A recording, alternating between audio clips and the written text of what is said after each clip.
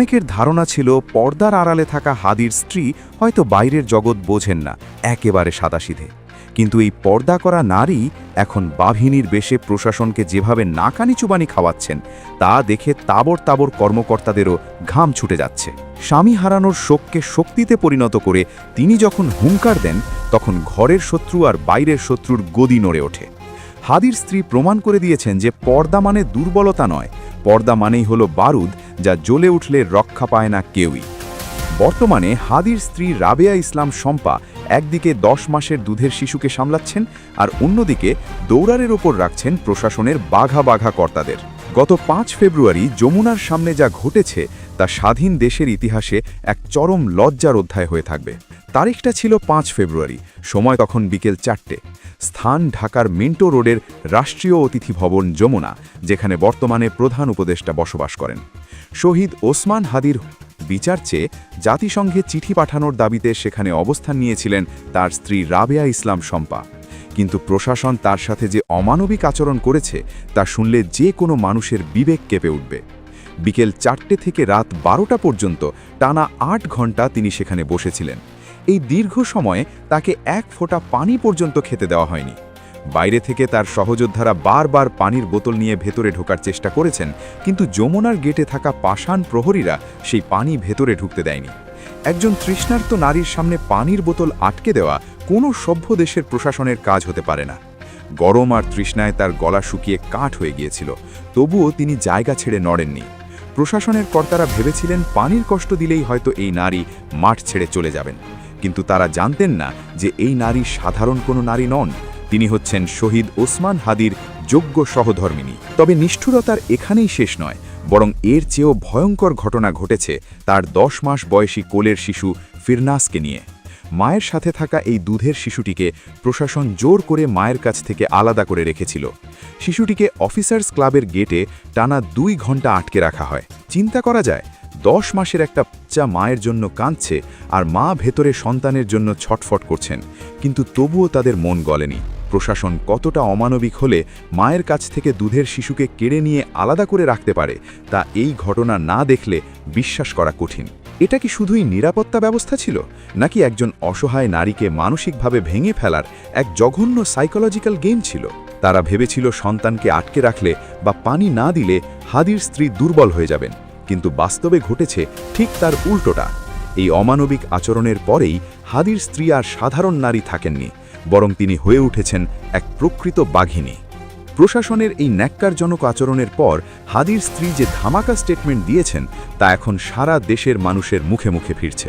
ওসমান হাদি হত্যাকাণ্ডে সুষ্ঠু তদন্তে সহযোগিতা চেয়েছে সরকার। শুনতে খুব ভালো লাগছে যে জাতিসংঘের মতন প্রতিষ্ঠানকে ওসমান হাদি হত্যাকাণ্ডের তদন্তে তারা সহযোগিতা করবে। আমি জানি না যে জাতিসংঘ নির্দেশনা দেয় যে তুমি এই হত্যাকাণ্ড ঘটায়ও না, আর যে হত্যাকাণ্ড হয়েছে সেটা সংশ্লিষ্ট কর্তৃপক্ষকে তদন্ত করতে বলে। যেমন ধরেন গাজায় যে হাজার হাজারের ব্যাপারে, এটা কি জাতিসংঘ তদন্ত করে? আমার জানা নেই। জাতিসংঘ করে গুম, নিখোঁজ, তাদের ব্যাপারে একটা গুম কমিশন আছে, কিন্তু হাদির ব্যাপারটা তো গুম না, একেবারে প্রকাশ্য হত্যাকাণ্ড, এটা আইন শৃঙ্খলাজনিত বিষয়। আর সরকার কি বলছে যে তারা তদন্তে ব্যর্থ হয়েছে? তারা তো চার্জশিট দেওয়ার উপক্রম হয়েছে। কারা হত্যাকাণ্ড করছে, কারা জড়িত সবই জানে, নাম ধাম, কিন্তু মূল অপরাধী ধরা পড়েনি। কিন্তু বাকি তো সবই জানে, এবং তার অনুপস্থিতিতে বিচারও হতে পারে। এই সরকারের কথাও ছিল যে তারা এই মেয়াদের মধ্যে বিচার করে যাবে। তো সেটা তো সম্ভব না, কারণ এর মেয়াদ আছে আর 5 দিন নির্বাচন পর্যন্ত, এরপরে আর 3 দিন, 5 আর 3 8 দিন। কিন্তু সবচেয়ে বড় কথা হলো যে এখন এই যে কথাগুলি বলানো হচ্ছে বা বলছে, দেখেন একটা কিন্তু পয়েন্ট রেখে গেল, বিতর্কিত একটা পয়েন্ট। জাতিসংঘ এই ধরনের করবে না, জাতিসংঘ এটা বলবে এটা তোমরাই যথেষ্ট। কিন্তু এটা একটা ইস্যুটা রয়ে গেল, সেই ইস্যুটা নিয়ে নির্বাচনের পর অনেকে পানি ঘোলা করবে, জল ঘোলা বা পানি ঘোলা, যে যেটা পছন্দ করেন। সেটা হবে, আর কিছু হবে না। সবচেয়ে বড় কথা হলো এইটা এখন বলা হচ্ছে কেন? এখন তো শুধু হাদি কেন, আরো গুমের শিকার অসংখ্য মানুষ আছে। সবগুলি তো তদন্ত চলছে, বিচার চলছে, এটা তো ধারাবাহিক প্রক্রিয়া। এটা তো এই সরকারকেই করতে হবে। এই দাবি নিয়ে যে যমুনা ঘেরাও, এটা কি মনে করেন আপনারা যে হাদির উপরে সাংঘাতিক রকম তারা হয়ে যে এই সরকার চলে যাচ্ছে, এই সরকার চলে গেলে আর মানে হত্যার তদন্ত হবে না, বিচার হবে না, তেমনটা মোটেও না। একটা ফ্লো তোলা। কারা? দেখেন, ওই যে জাবের ইনকলাব মঞ্চের যে মুখপাত্র নাকি আহ্বায়ক, তার পাশে দাঁড়ায় কারা স্লোগান দিচ্ছে? আম্বার স্লোগান দিচ্ছে।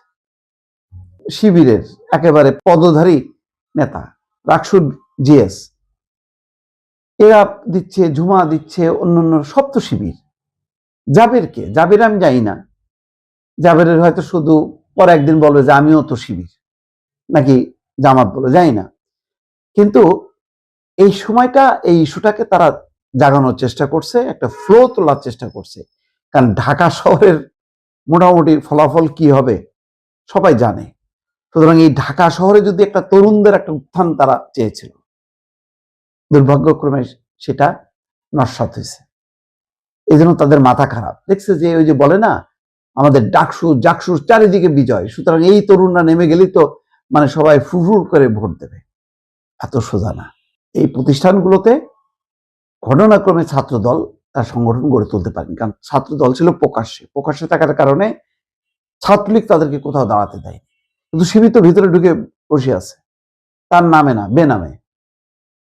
ফলে এই সুবিধাটা পাইছে এবং তারা সবসময় অ্যাক্টিভ ছিল। ফলে যখন বলছে আমরা শিবির, বলে যাও ঠিক আছে, ছাত্র দলের তো চেহারাই দেখেনি কেউ। ফলে এইটার হিসাব নিকাশ আর জাতীয় নির্বাচনে হিসাব নিকাশ করা ভুল।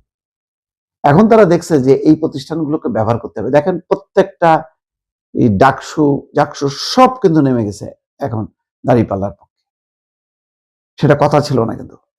এখন তারা, যাই হোক, আমি ওই আলোচনাটা আর একটা, তারা এটা করছে যে একটা হাওয়া তুলতে, ওই জাতিসংঘের হাওয়া তুলছে।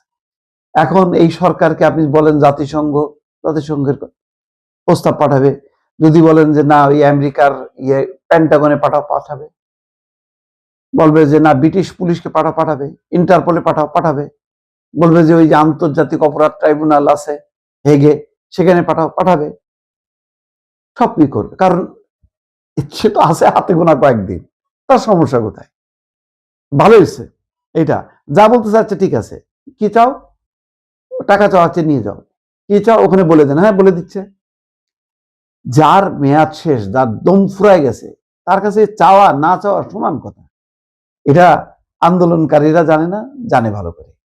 কি হলো? এই যে যমুনা ঘেরাও করে তারপরে কর্মসূচি, তারপরে কই ফলো আপ কোথায়?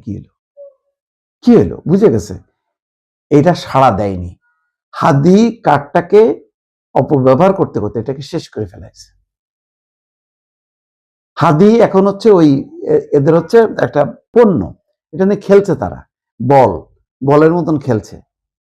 দুঃখজনক, খুবই দুঃখজনক। এইরকম তরুণের নির্মম নিহত হওয়ার ঘটনায় নিয়ে সত্যিকার অর্থে সবার মানুষকে কাঁদিয়েছে, কিন্তু এরা বিভক্ত করে ফেলছে রাজনীতির স্বার্থে। এখন মানে একটা মানুষ তো মারা গেছে, সেই মৃত মানুষকে নিয়ে এখন তারা মাঠে নেমে খেলছে নির্বাচনের ফায়দা তোলার জন্য। দুঃখজনক। এসব জাতিসংগতি কিচ্ছু হবে না। আমাদের দেশের তদন্তই যথেষ্ট। কারণ হাদির ব্যাপারে হাদির বিপক্ষ কোনো শক্তি নেই। হাদির পক্ষ বাংলাদেশ, হাদির পক্ষ বাংলাদেশের জনগণ। এটা নিয়ে ওই করে পানি ঘোলা করা যাবে, লাভ হবে না।